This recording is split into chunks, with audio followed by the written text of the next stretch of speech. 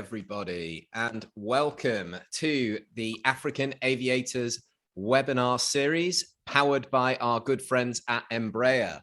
My name is John Howell. I am the founder of AviaDev Africa, and we are a platform dedicated to developing air connectivity to, from, and within the African continent. And we have a particular passion for the next generation. So as always for today's events, for those of you who've joined us for the first episode last month, I'm joined by my co-host Chidozie Uzoezie, who is the founder of the African Aviation Group on Facebook. Here he is. And also Dereneseko, the publisher of Airspace Africa. So we will be your pilots, your co-pilots, your first officers today. And I would also like to say a massive thank you to our sponsors, Embraer, who've enabled us to put these sessions on together and are demonstrating their support and belief in the African aviation industry, not just for today, but empowering the next generation as well. So before I introduce my fellow panelists and we get into the main conversation, I just want to run through the housekeeping elements because the event is a webinar. We've got quite a few of you here on the Zoom webinar itself, but we're also broadcasting live on Facebook too. That means that only our panel will have access to their microphones and their cameras. However, we would like you to get involved. So if you're on Zoom, please do use the chat box and tell us who you are, where you are, what you want to do, and you can put your comments and questions in that box as well. You can use that. Same with Facebook. We are monitoring Facebook as well. If you can't make it all the way through the session, if you have to leave for other reasons, then you will be able to watch this on demand on the Facebook group as well. So in terms of format of the event, we're going to introduce the panel. We're going to have straight into the Q&A. We've been collating questions from you guys in the group as well.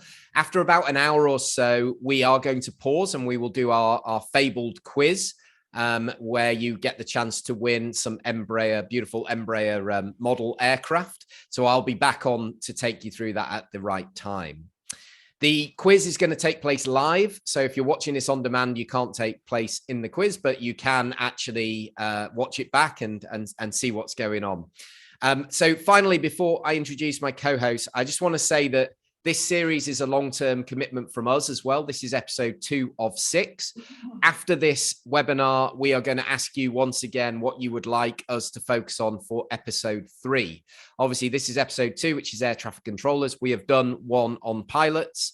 So we're very interested to know what you would like to hear about from our panelists themselves. So without further ado, please allow me to introduce my fellow guests and hosts for today. I will actually do introduce my hosts and they will introduce the guests. So first and foremost, let me introduce Derek. Dereneseko is the founder and publisher of Airspace Africa, which is a dedicated online publication for African aviation.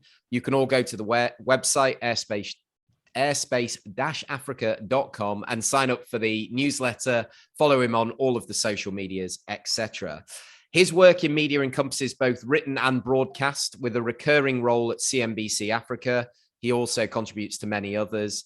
He also contributes to magazines and newspapers and AviaDev itself as well. We've known each other for quite a long time.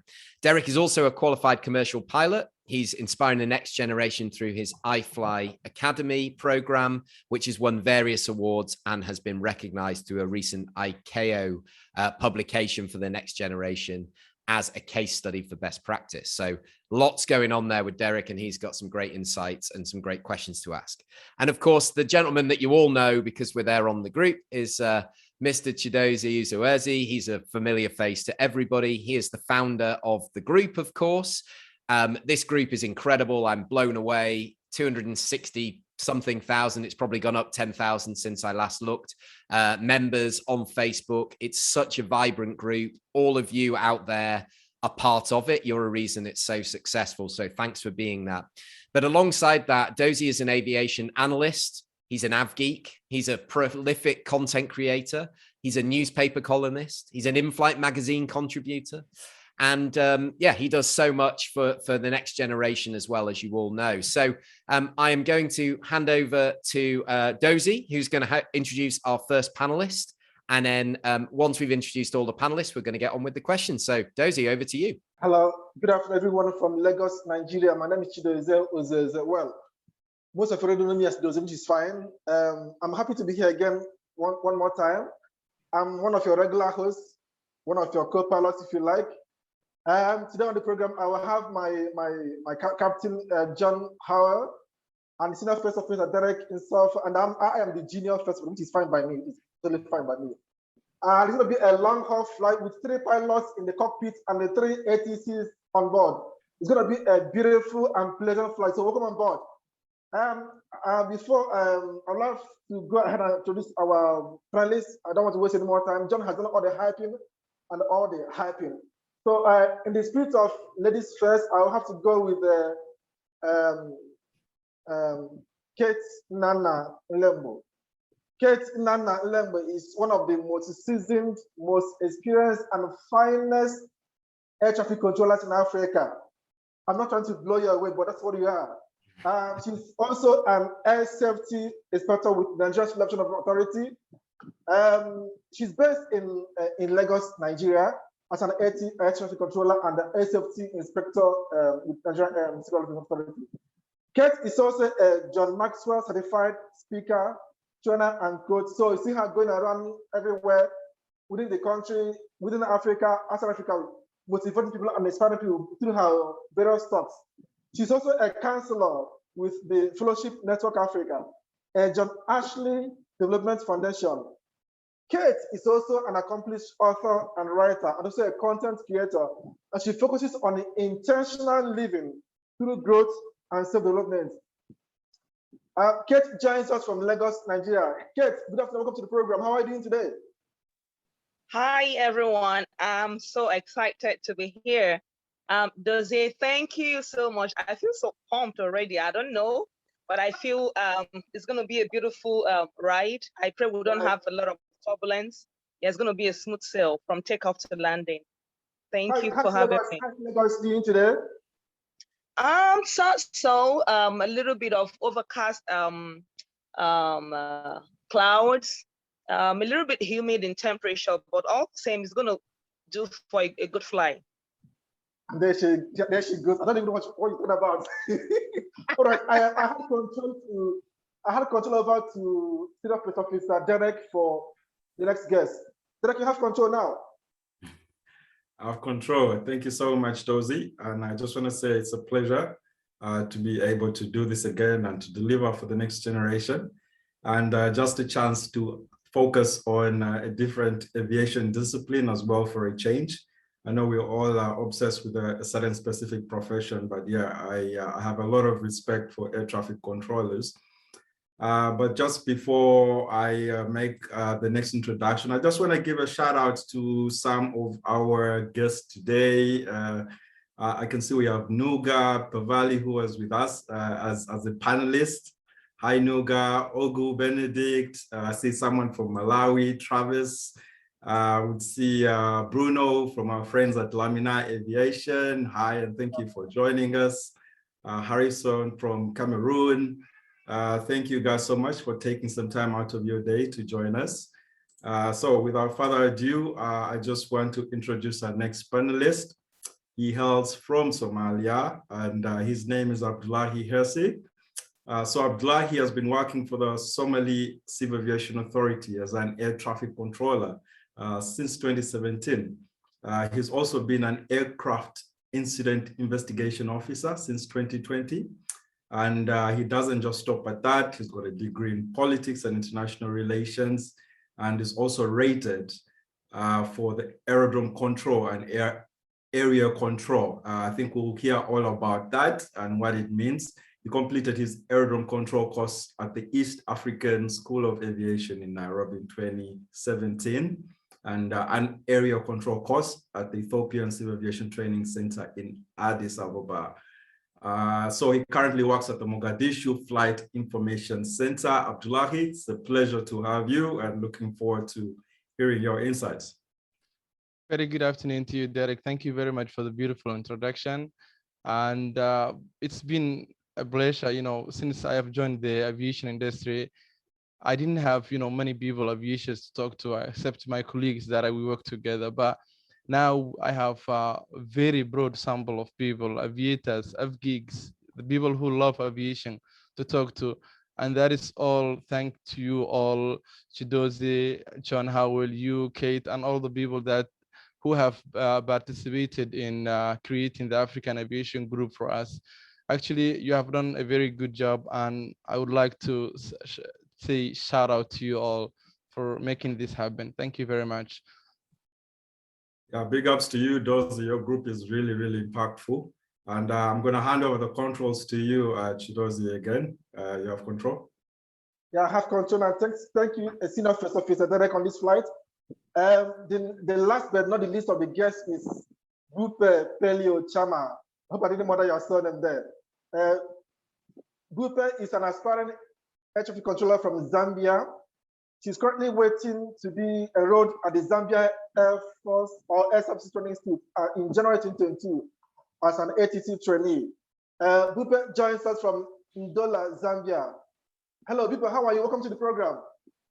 Hello, good afternoon, everybody. I am very well. Thank you.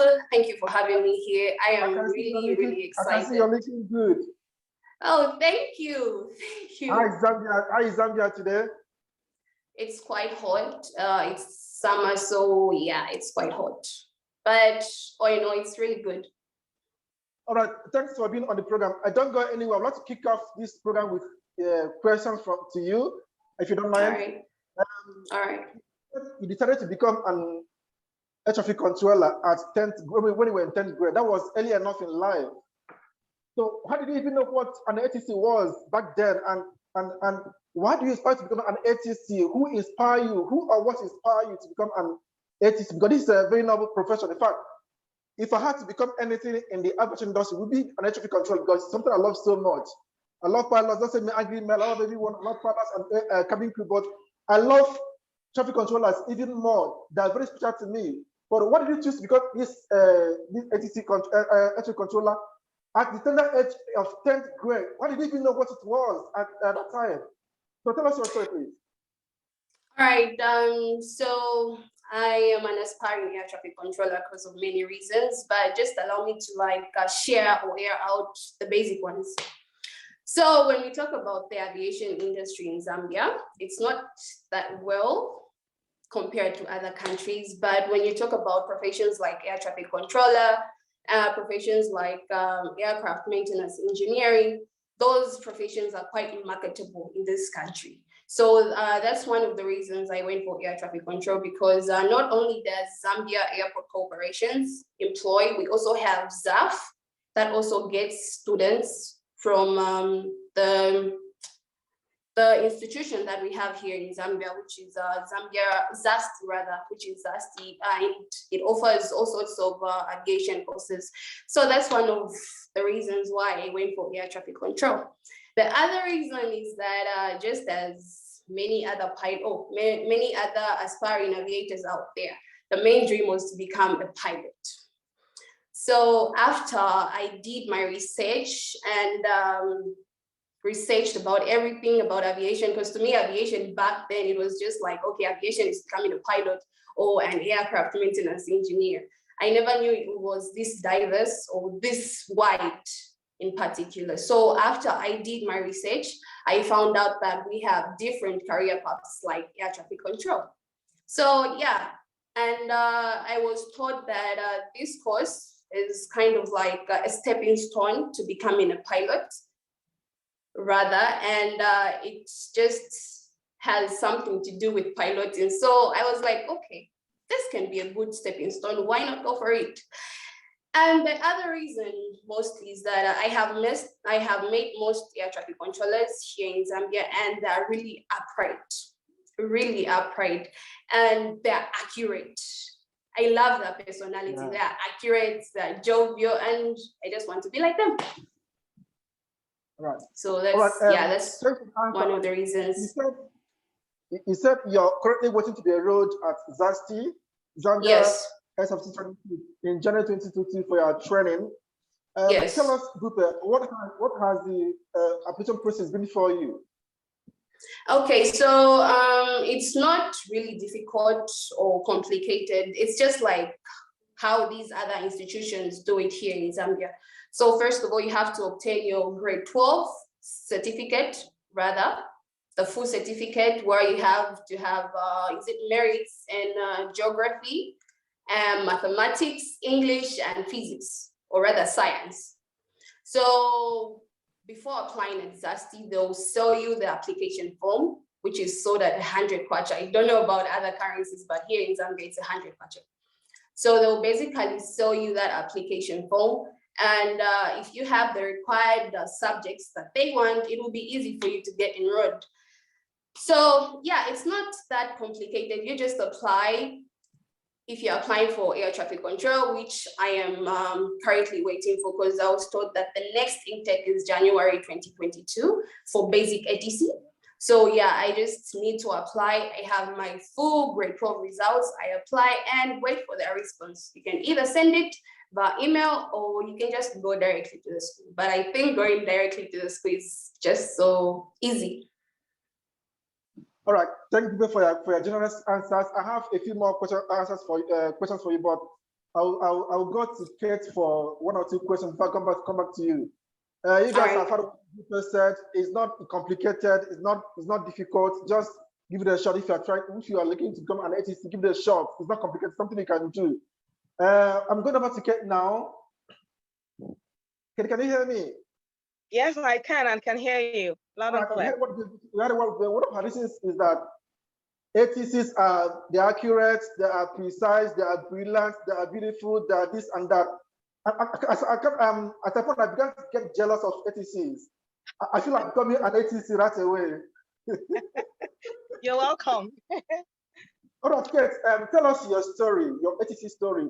How did it all start for you? Did you know? When did you know what you did at ATC? Was it an accident or something you wanted it to be? Yes, I'll be so glad to share my story. I just want to start by saying that I have the best job in the whole wide world. So allow me to brag a little bit about what I do. So that being said, it's a pleasure being here. ATC for me wasn't an accident. I rather call it an act of providence. It wasn't an accident at all. Nothing happens by accident, actually. It was a stroke of providence. I remember having left school in the year 2003, as in my university here in Nigeria, done my compulsory 1-year service to my motherland. I applied to different parastatals. I had my BSc in, excuse me, in computer science. So I applied, had a series of interviews with Shell Nigeria, the NMPC, in banks, and I even actually also went for interview as a cabin crew with the defunct Nigerian Airways then. And something wasn't just right. You know, I get to the second or third stage and there's a stall. And then all of a sudden, my husband, who was my fiance then, said he saw an advert in the national dailies. So he said he went through the requirements and he was like, yes, this is what this girl should do. It fits her so much. By the way, growing up, all I knew about aviation, like everybody else would say, in all fairness, was piloting and cabin crew. I didn't know anything about ATC or anything at all. All I knew was piloting and the cabin crew. I also had an idea about aircraft maintenance engineers and all that. And I knew about the martial arts. So he actually went ahead and applied for me without asking me. There was no consent because he said he knew I had what it takes to be an air traffic controller. He applied for me, and it was it's always a very tight application here in Nigeria. And I was shortlisted. You didn't know what it was. I said it's a very tight application in Nigeria to be an ATC. Yes, because it's handled by the Federal Ministry of Aviation. It's not somebody anybody can go out of the way to just apply. So, I was shortlisted and we were invited to the Nigerian College of Aviation Technology in Zaria, Kaduna State. That is where we have a College of Aviation, but that's the state-owned. When I mean state-owned, I'm talking about Nigeria. And then the process of selection had to do with the written exams. You do the oral exams, then you do the medicals. So you must pass these 3 tiers of examinations to be taken in as a cadet in training. You know, God being so kind, I scaled through all 3 of them on merit, and I got enrolled into the Nigerian College of Aviation Technology, Zaria, to study for my standard air traffic controllers course for my diploma. So my coming into ATC was a stroke of providence, not accident. All right. Thanks for that generous answer. My next question, you have touched a little, but let me ask you anyway. Unlike pilots, cabin crew, and other aviation professions, the process of becoming an ATC is not very clear or known to many people. You understand? Even me, if I want to become a cabin crew, I know where to go. If I want to become a pilot, I know exactly what to do and where to go. But if I want to become an ATC, I don't know what to do. So please tell us in absolute terms, in absolute clarity, how does one become an ATC? Perhaps you can use Nigerian context, Nigerian situation as a context. Yeah. So basically, the mode of selection or application into the air traffic control profession here in Nigeria is solely under the Federal Ministry of Aviation, which the Nigerian Airspace Management Agency happens to be, underneath. So the process of selecting air traffic controllers in Nigeria is domiciled with the Nigerian Airspace Management Agency. So what they do is before the selection. Yes. How does one even apply? That is what I'm coming to. You don't even apply. There's a publication in the national dailies. Okay. Yes, and then it is done by state quota system. Does you know what I'm talking about? It's done on state quota system. Every state is given a chance to produce candidates to apply. So once it is done, there's a public announcement on the radios, on the televisions, but mostly on the dailies, on the national dailies. It's basically on the Tuesday and Thursday Guardian newspapers. That is where it was published then during my time. So seeing it there, you apply. There's a method of application that is stated there. You apply by submitting your CV. You apply by submitting your statement of result, from the university for your first degree. Your age declaration, because there's a standard age of entry into ATC, and then some other peculiar documents. So application is not something that you just go and apply. You can't even go to the College of Aviation to apply to be an ATC, because here in Nigeria, ATC is like paramilitary, because we are in charge of the airspace. So anybody and nobody can just walk in and say, I want to be an ATC. So that is why it is almost like a regimented method of selection. So it is domiciled with the Nigerian Airspace Management Agency under the Federal Ministry of Aviation. And that is how it is done. Right. Then subsequently now some states, that have state-owned airports have written to the Federal Ministry of Aviation seeking consent to send their indigents to the Aviation College to train as controllers in collaboration with the Nigerian Airspace Management Agency. So it's not something one can do individually. You either come as a state or you come under the federal government. All right, thank you, Kate. Before I go over to Abdullah for his questions, I'll ask one last one before I go over to Abdullah. What are the essential qualities an aspiring ATC should have? Wow, the qualities. What are the essential qualities of skills? Yeah, the qualities are very, very enormous. But in a nutshell, the last speaker, sorry, I keep forgetting her name, the beautiful lady that is an aspiring ATC. Pardon me, I can't remember. Yeah. So she said they were smart, they were jovial, they knew what they wanted, and that kind of, these are the qualities that set ATC apart. So to be an aspiring ATC, the essential qualities you need to have. The first thing is the motivation. Without motivation, you can't do this job, because you have to get up when you don't want to go to work, but because you have a duty to perform by making the airspace safe. There's what we call self-awareness or alertness. You must be physically alert and mentally alert because it takes a lot of on-the-spot thinking. You must be error aware. Yes, you know, emotionally. I have a lot of time. I'm sorry about that. I'm coming back to you with more questions. So let me go back to Abdullah now. Hello, okay. Abdullah, can you hear me? I can hear you very well. Radio 5. All right. I'll go straight to my second question for you. What are the various areas of specialization in the ATC profession?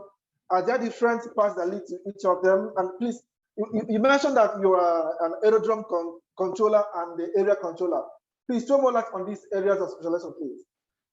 As an air traffic controller, there is possibilities that each desk or each individual controller has in each shift varies from day to day. As me, I'm rated for area and control, and I'm rated for aerodrome control. I can be rostered or shifted from tower to area control anytime that they need to be so. So mostly, and there is a lot of equipment involved with automation, ATC systems, CBDLC, radars, and something like that. So first, when the person applies and it's accepted, the first thing that's been done for an air traffic controller is you have to be trained as an aerodrome controller. After aerodrome controller, as an aerodrome controller, one of the people may not be very understanding when it comes to aerodrome. Aerodrome is just a control tower, which is located in the airports. You will be able and in charge to handle the traffic coming in, landing, or departing, taxiing in that specific aerodrome that you are boasting at that current time. After that happens, I'm also rated for area controller.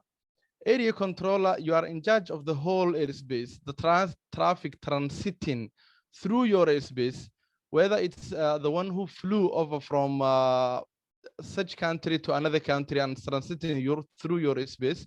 Also, all the traffic that are departing from your own stations, like when you are in charge of the whole Somali airspace, every traffic that is departing from Mogadishu, they have to get the clearance, the route clearance, the level clearance, and transit from that area controller. And that area controller will be in charge of everything.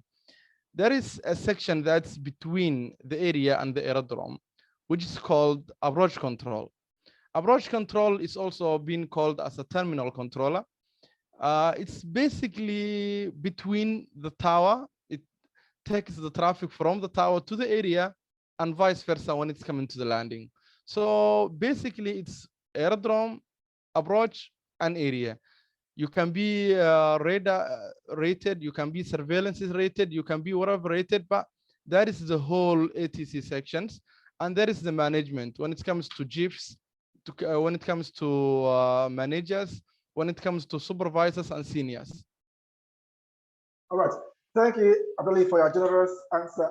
I'll have a couple of more questions for you, but let me go back to, let me take control. Let me hand control over to my co-pilot, Derek Nsako. He's got a couple of questions for our guests. Derek, you have control now. Thank you, Dozie. I have control. And I'll just follow up from what Abdullahi was saying. And those are some really great insights into the different facets of the profession. Very, very interesting there. I just wanted to ask you as well. I went to Google and just Googled the traffic controller. And, you know, what I learned is that it's one of the most stressful jobs in the world. Well, that's, you know, that's what I get from the internet, you know. Is this true? And I don't know exactly what your role is like or what the other roles are like, but you know, how is the schedule? Is it really this hectic, you know, you're controlling the entire Mogadishu airspace, you know, how hectic is it? To be honest, I think that I will have a different answer when it comes to the most stressful job in the world, because I've been doing it for 5 years, but I'm healthier now. I feel better now. But you know, the decisions, the split-second decisions that the air traffic controller has to take when it's clearing an aircraft for landing, another takeoff, another transiting through, it makes you feel like you have the responsibility and the safety of every traffic that you are controlling at the time on your shoulders. Some of the controllers take that too seriously. I mean, actually, every controller takes it too seriously, but some controllers more than the others. Let's say even the shift schedule and the rosters are very different. I've been working 2 days ago, afternoon shift, then morning shift, then tonight I'll be on a night shift. So those kind of shifting hours, like you are not able to rest every morning, you are not able to rest every night, you are not able to rest every afternoon. That leads to instability on your sleep routine and have some, you know, problems and side effects. And about the stress, it's not one of the easiest jobs to do, but certainly if you have the, you know, adequate training and adequate mentoring and also the adequate facility, it's a job that you can enjoy while you are doing it. And one of the things that I like about my job is it doesn't follow me home. I do the traffic, I do everything. When I say clock off and put the headsets down, that is it for the job for me. That's the last that I will be able to be working. So when I go home, I have the ability to relax my time 100% without any, you know, reiterations or any challenges. Yeah, thank you. Thank you for your insights. They're very interesting that, you know, this is a passion profession, you know, it's one of those things that you can enjoy, that you can actually be in love with what you do, you know, that's very positive to know. I'm also very interested to find out what the landscape is like for employment. And I'm sure that the young people who are white, especially now, you know, we are in very uncertain times, you know, we don't know what the job landscape looks like for what profession. You know, how is this air traffic control? Do you just go to school and then you look around for, you know, it's not like there's many companies out there that you just go and apply to, like the conventional jobs, you know, how does it work? And tell me, you know, if I do my training, for example, in one country, South Africa, or it could be Uganda or whatever, you know, can I go back to another country and just simply apply and get a job? How does it work? Thank you very much. It's a very interesting question, to be honest, Derek. But I'll take the last one first because it's easier. For all aspiring air traffic controllers, Abdullah, I'm a proof that you can train in a country and work in another country. I did my aerodrome controller in East African School of Aviation in Nairobi, Kenya. I did my area in Addis Ababa with the Ethiopian Civil Aviation Authority, and I work in Mogadishu. That is something, I mean, every state, which is an ECAO contracting state, has the ability to issue an air traffic controller's license. So when you have a license from one country, if you qualify for the requirements and what they are looking for at that exact time, they will just render your you know, license valid to another country. It's just a license conversion, and you'll be good to go, you know, provided that you qualify for that exact rating that they want you to. And to go back to the recruitment and the landscape, I think Kate have already mentioned, you know, touched some points about that, but let me clarify about that. As an air traffic controller, you cannot go to school, apply to study for an ATC. It's regulated, it's monitored, and it has to come from the state or from the federal government. It has to be from the Civil Aviation Authority that you want to be working to. So what they do is when they need an air traffic job opening, or when they are short on staff, or when they need a new blood, they will just simply advertise. We need an air traffic controllers through whatever means that they are can, either on TVs, journals, radios, or the websites. After that, you will be able to apply. You will apply. After applying, they will give you a it's not very easy, to be honest. It's not the most difficult one. Interviews after interviews after interviews, then written exams after written exams after written exams. One of the things that I have done in when I was joining the aviation was I did an examination about baton, which I never thought of before. I mean, I didn't know even it existed, exam on baton, something like that. I did an examination on logic. After those, examinations, the medicals, and after that, and there is also, Kate have mentioned, there is an age restriction. You have to be not older than this year, whichever, especially for any state. After that, you will be able to go to a training school. And the thing that I like about the ATC is in that training school, you don't have to pay anything, because you are being employed as soon as you have successfully satisfied the requirements that the state has set for an air traffic controller trainee. From the day that you are going to school, you have employment. You go to school, if you do the required courses successfully, you will be an air traffic controller in Howell, or especially aerodrome controller area or approach, or whatever the training that they give you. After you are successfully qualified, you will not, refurbish your CV or apply for anything. You are already recruited. And some of the times, I'm not very sure that every state does it, but while you are in training, they will be able to give you pocket money so that you can, move around, have your shopping and everything like that, because you were unemployed before. Especially for those people who will be trained outside the country. But if it's inside the country, I'm not very sure about it. But for sure, you will have employment as soon as you are rated for the aerodrome or area or whatever. Very interesting. So fit the profile, get the job guarantee, and then get trained for it, which is really what I wish the rest of the world was like, to be honest with you. That's actually a brilliant framework.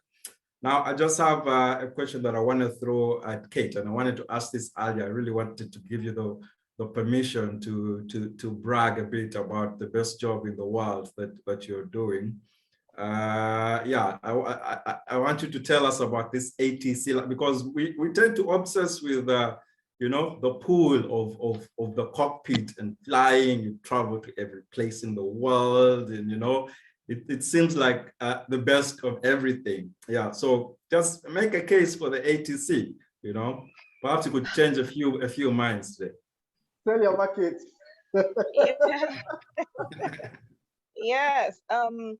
Thank you so much. I want to first of all thank my colleague Abdullah. Fantastic and systematic way of giving a breakdown of what ATC is. That is what we are known for, though. So thumbs up, brother. ATC is a very interesting job. Derek asked a question about it being the most stressful. The stressful part of the job is just the mental alertness that you need to bring on board as you are on we call it the hot seat. Because at that point in time, the split moment decisions you takes a lot from you. You could sit down for like an hour on the control seat, and you would have controlled like tens of aircraft, each of them some fuel to capacity. So being there at that moment in time where you're controlling with your colleagues, because it's a team job, it's very exciting. I won't lie to you. There's some days you come back from work, I don't feel like talking to my children because my mouth is twitching from talking. And like my supervisor will say, you don't keep quiet in ATC. You keep talking and talking till you drop your mic. because at every point in time, an aircraft is moving from point A to point C. So that being said, my job is so beautiful in that it is dynamic.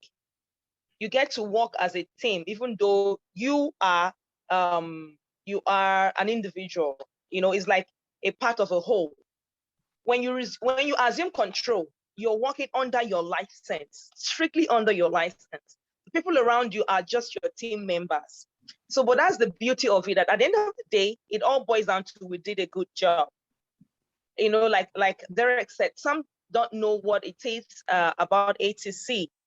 I remember the time the aviation committee on aviation from the ministry came to my office. One of the senators walked into the control tower and asked that, why didn't we put on some blinds around the control tower to put off the sunlight? And we're like, sir, if we put on the shades, how do we see the runway? He said he just felt in the shades, yes, will make it easier for us. But he was so intrigued, he asked questions. ATC is a job that brings the best out of you. It makes you take decisions.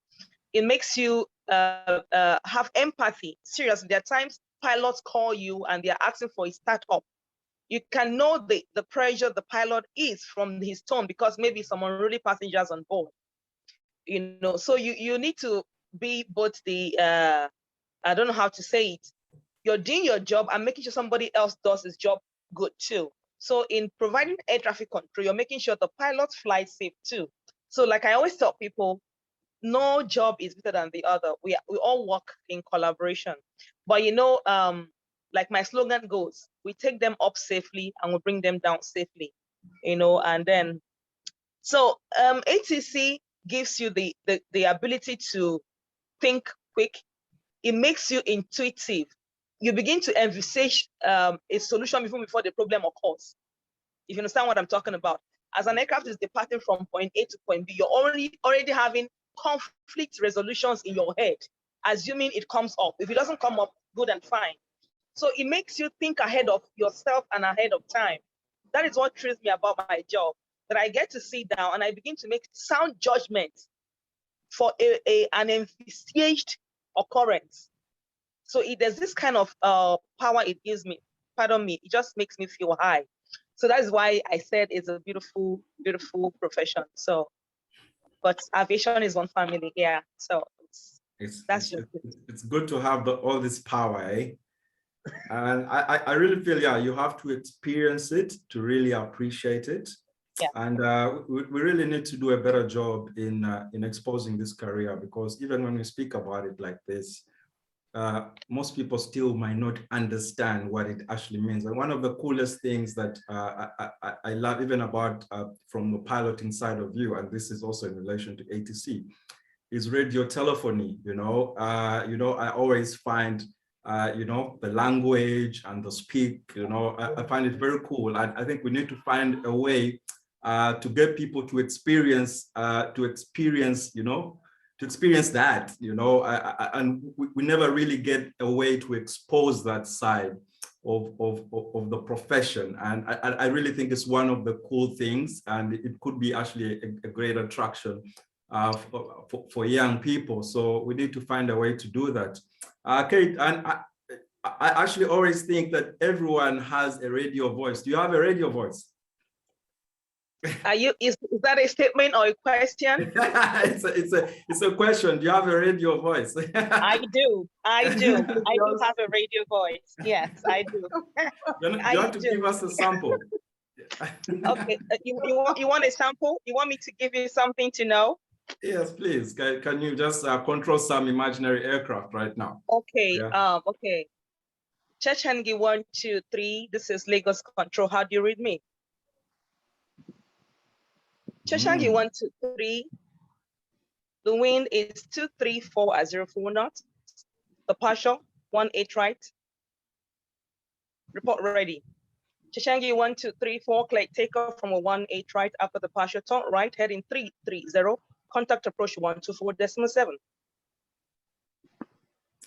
Yeah, and I'm as a pilot, I'm supposed to read that back, but I don't even remember everything that you said, but I'd love to do that. But yeah, I know. thank you so much for that. Yeah. In that case, Derek, remind me never to get on a plane with you. I'm telling you, I insist. Because of the read back, right?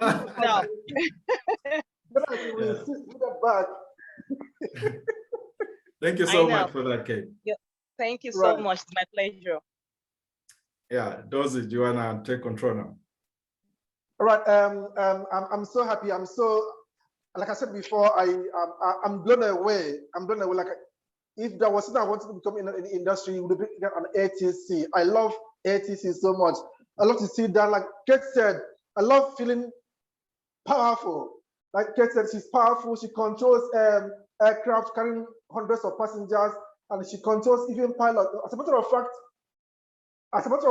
ATCs are pilots' heroes. I don't know if you understand what I'm saying, but we all want to be like pilots. I think some pilots just want to be like ATCs. So ATCs are pilots' heroes. There are angels. There are pilots that the eyes through which pilots see. So I'm so happy for the generous answers we got from the guests so far. I'm coming to you, Abdullah. Hello, Abdullah, are you there for me? Yeah, I'm here for you. This was supposed to be the first question for you, but I skipped it. But let me ask to you now. From your own experience, what are the challenges you trained in East Africa, in Kenya, in Ethiopia a few years ago? So you're not too old, or you're not too fresh. So I'm sure you still remember your other experiences well in those days. So from your own experience, what are the challenges facing aspiring African ATCs? Yeah, what are the main challenges facing them in terms of funding, in terms of application, in terms of even job prospects? To be honest, the challenges that are facing the aspiring air traffic controllers are facing are about any other challenges that are facing, African continent employment as a whole. There is a lot of, things that's not been handled the way that it should be, and the things that are not, given the importance that they deserve. The air traffic control profession is a profession that needs, a very good upkeep, so that you don't have a gap between the controllers that you have recruited in 2000 and the next will be 2015, so that you have a 15-year gap between employment. That happens and almost all over the globe sometimes, because aviators will be thinking, like the management will be thinking, that we have a certain number of controllers, let's say 100 controllers. They will be able to tell you that 100 controllers are enough to control the whole airspace, very smoothly. But when that happens is, let's say that you, Dozie, you have been an air traffic controller for 15 years. 15 years as an air traffic controller, I mean, we have talked about the sleeplessness sometimes, we talked about the powerfulness, we talked about the, the challenges, the stress that you can possibly have. In 15 years as an active air traffic controller, you will not be performing the certain level that you were performing when you came in. So you have to be replaced, not exactly replaced. You will be able to be compensated in another, department, as promoted, something like that. So the level of recruitment that is required and the level that the globe, African globe, are recruiting are not equivalent. I think that I've answered your questions, but right, yeah, yes, yeah. Just the last. Thank you for that. The last question before I go to Bupe. Are there any occupational hazards aspiring ATCs should be aware of, or even brace up for? Is it all good out there? Are there things they should prepare themselves for? The problem is, the people don't like exams. And as me and Kate and many people talked about, when you apply for an air traffic controller, they will give you an endless interviews. They will give you background checks, you know, because it somehow relates to the security of the country to be an air traffic controller. They will give you a never-ending background checks and never-ending interviews and never-ending exams. And that sometimes can be discouraging to some people, not everyone, but to some people. Apart from that, air traffic controller is a profession that I wish I could have joined earlier, to be honest. And what I can say is, before I used to work for the Ministry of Transport and Civil Aviation as an HR assistant. Before that, I didn't know what I was doing. I was clocking in, clocking out, clocking in, clocking out, you know, never ending. But I'm satisfied, and I would like to agree with Kate that we have the best job in the world, to be honest.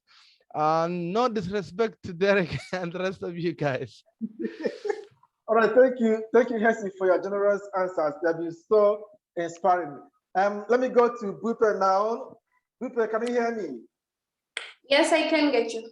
All right, you've had a lot of things said by both Kate and Hersi.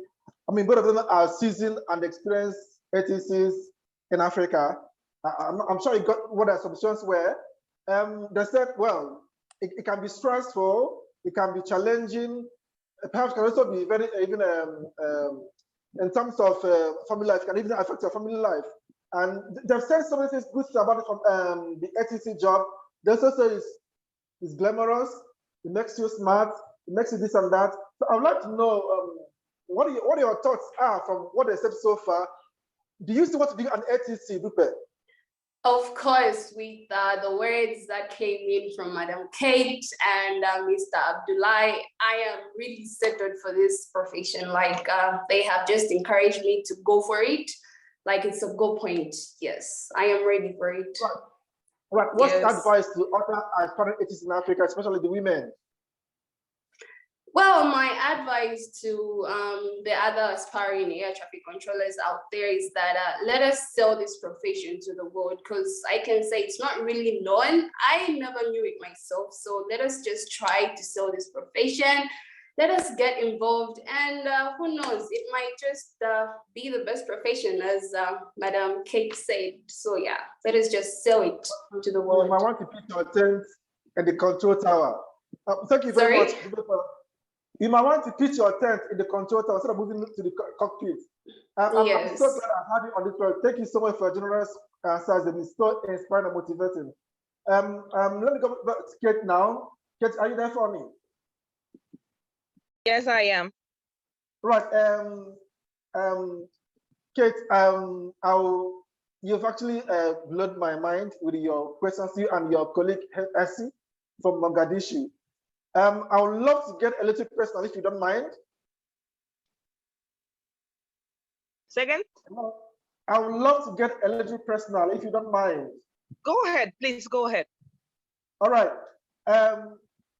Is being an ATC financially rewarding? Are you happy and fulfilled being an ATC? Honest answer, please. Honest answer. Yes, because yes, I would say it in all ramifications. We all work to get paid, but nothing gives me more joy than at the end of the month, I'm getting my paycheck, knowing I didn't bring 2 aircrafts into a head-on collision. That being said, the remuneration differs per state. When I say state, I mean the different countries. The remuneration depends, you know, on different states. And truth be told, there's no amount of money that can be paid for you to make sure the airspace of your country is safe. But put yourself, side to side with your other colleagues in other parastatals in the government agencies, and you would agree with me that you are way better off than they are, aside the monetary aspect. So I can say with all sincerity and with so much hope that it's going to get better, that I'm doing very well financially as an air traffic controller. I get to do the things that I want to do, you know, planning myself within the budget of what I earn as an air traffic controller.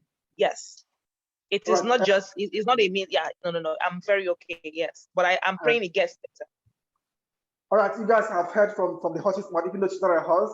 So it's apart from being happy, so ATC can also put money, you can also put food on your table and put some money in your bank account. I'm so happy for your answers, Kate. They've been very generous. But before you leave, by the way, yesterday was Kate's birthday. Happy birthday to you, Kate. Happy birthday, Kate. Happy birthday. Thank you. Thank you, guys. So happy birthday in arrears, Kate. Thank you so much. Before I let you go, Kate and I are cooking something. Next week is ATC week. Day. I wasn't supposed to do it, but I have to say it. We are organizing a tour of the control tower at Lagos Airport. So if you're in Nigeria, if you're in Lagos, you might be a part of that tour, which is coming up sometime next week. I've made the announcement officially in the group, perhaps this weekend or early next week. So this is something Kate and I have been cooking for some time now. And it's considered that we're having this program today, and next week is the air traffic controller week in the whole world. So if you're in Nigeria, if you're in Lagos, prepare yourself. And if you're attending this webinar, we are going to reserve a slot for you. We have only a few slots, maybe 10, 15 persons. But if you were here today, you can be sure of having a slot for you for that program. So having said that, I hope I didn't let the cat out of the bag. Please forgive me for that. So having said that, I'd love to say thank you, Kate, thank you, Abdullah, thank you, Bupe, for generous answers. I will hand over the control to Derek and John now for the rest of the program. Thank you very much. Good afternoon. Thanks, Dozie. If I can dive in, because I've been looking at the questions that have been coming through, and there's been some great questions, and actually a lot of them have been answered during the actual sessions themselves. Two that I wanted to, I think we'll ask Abdullah this one actually, because it is something that's related to the actual job itself, somebody who's doing it. So one is, what are your shift patterns? How long do you work in one go? How long are you allowed to? Because obviously I'm sure there is a limit that with your mental capabilities, and you have to be so alert, as we've heard. And the second one is, what's the career path? Like, what's next for you? Where can you go? If you're an air traffic controller and you work there, where do you aspire to be? Or are you happy to say, look, I just want to be here forever? Like, what's your plan? To be honest, it's when you are retired from ATC, you are easily able to be a boss. I mean, in the aviation, in just ATM management, air traffic management, it has a lot of different sections. And in aviation, generally, it has a lot of sections that you can shift to, from aircraft worthiness to personnel licensing to the office that I'm now part of, ATM investigations, to instructors, to SMS managers or chiefs or anything. The aviation is a very broad subject that we cannot cover in just one sitting or 2 hours shift. So the career path is very wide and very big, that it can accommodate every air traffic controller who retires from being an air traffic control. Even there are so many air traffic controllers who do not retire, but just being taken out of the shift to a management position so early in their career. So you have nothing to worry about. And there is something for everyone. That's good. That's good to hear. I mean, the qualities that you talked about being accurate, precise, cool, calm, the ability to take decisions, these are transferable skills into regular business life, regular life. They're valuable skills to have. So I'm sure other industries will do that. And we've seen that through the pandemic, that pilots have had to adapt, and they've gone into other professions because the work wasn't there. And a lot of them have been incredibly successful because they have the internal skills. Yeah, carry on. Sorry, 1 sec. There is one question that I would like to ask Kate. It's kind of funny. Kate. Yeah, I'm with you. Good afternoon to you again, and happy birthday. Sometimes do you find yourself reading back the instructions or saying like, hello, this is Lagos, how do you read me? Something like that while you are, you know, routinely on the phone or at home or doing whatever. Yes, my dear. I've actually had situations where I'm controlling in my sleep. Do you get what I'm saying? I've had my husband tell me to wake up, that I'm not at work. I'm controlling an aircraft while sleeping. Yes. This is my 16 years as an air traffic controller. Wow. Yeah, 16 years. I just joined the CAA in the last 3 years. So I've spent 13 years in active control. I see myself controlling traffic in the dream and waking up speaking our language. Yes, it happens. That sounds very different. It sounds very different. Abdullah said he leaves work at work. So you guys are different. You get to tell someone, we'll call. And the person, what did you say? You're on the call. I say, we'll call. What did you say? I said, I'm sorry. You know, it becomes a part of your life. Yeah. John, about leaving work at work, the thing is, you don't have to carry your computer to go home and do a bunch of, you know, documents. You don't have to carry a lot of things. But the thing is, when someone becomes a military, that, you know, rank doesn't leave him for the rest of his life. As an air traffic controller, you have to be given precise instructions. You have to receive instructions. You have to give instructions, orders, something like that. So that routine that you have while you are working doesn't just leave you alone for any certain of time. I used to have, like, while I was walking in the street or at home, someone will call me. Instead of saying hello, you'll pick up the phone, say Mogadishu, something like that. Yeah, no, absolutely. Yeah, of course. So it's there because it's there. And I'm not saying that there's anything wrong with that. And I think it's really important if you have a really stressful job that you can compartmentalize it. You can kind of leave it behind, because otherwise it would burn you out very, very quickly. Absolutely. I'm going to bring Bupe back in a second, but I wanted to ask you guys a question about crisis management, because of course that's absolutely the case. It's not all plain sailing. There are issues that happen. Just talk us through, Kate and Abdullah together, maybe. What's the process you're taught of how to deal with something that is happening in your airspace? Like, how do you, what's the thought process? Because I'm sure this would be useful for all of us in our regular lives as well. Like, how do you as a professional handle that when you've, you know, how do you identify the problem, and then what do you do next? Just talk us through, and you don't have to use specific examples, but, you know, I'm assuming that you have had issues over time where you think, wow, that was close, or whatever it may be. Either of you can take that.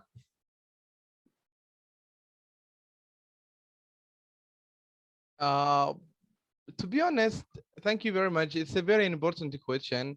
And I would like that if she is able, Kate, to go first, because, you know, I'm just, to be honest, junior when it comes to being an air traffic controller. She has been working for 16 years. So if you don't mind, ma'am, ladies first. Abdullah, thank you. Actually, you know, ATC is a teamwork.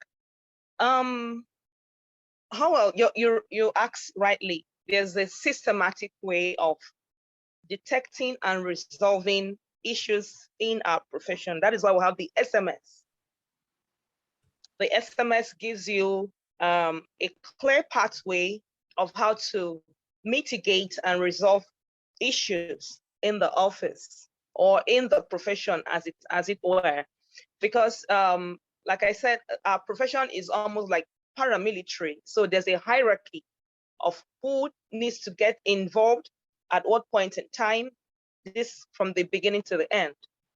So if there's an incident or a perceived issue in the place of work, there are specific people you report to. In my organization here in Nigeria, we have the office of the QAM. The QAM is a quality assurance manager who is in charge of trainings. And then we have the air traffic operations manager who is in charge of the operations. Then we have the airspace manager who oversees every other thing. But then in the watches, we have our watch supervisors who you report to. So if there's anything, we call it, you escalate it from one point to the other.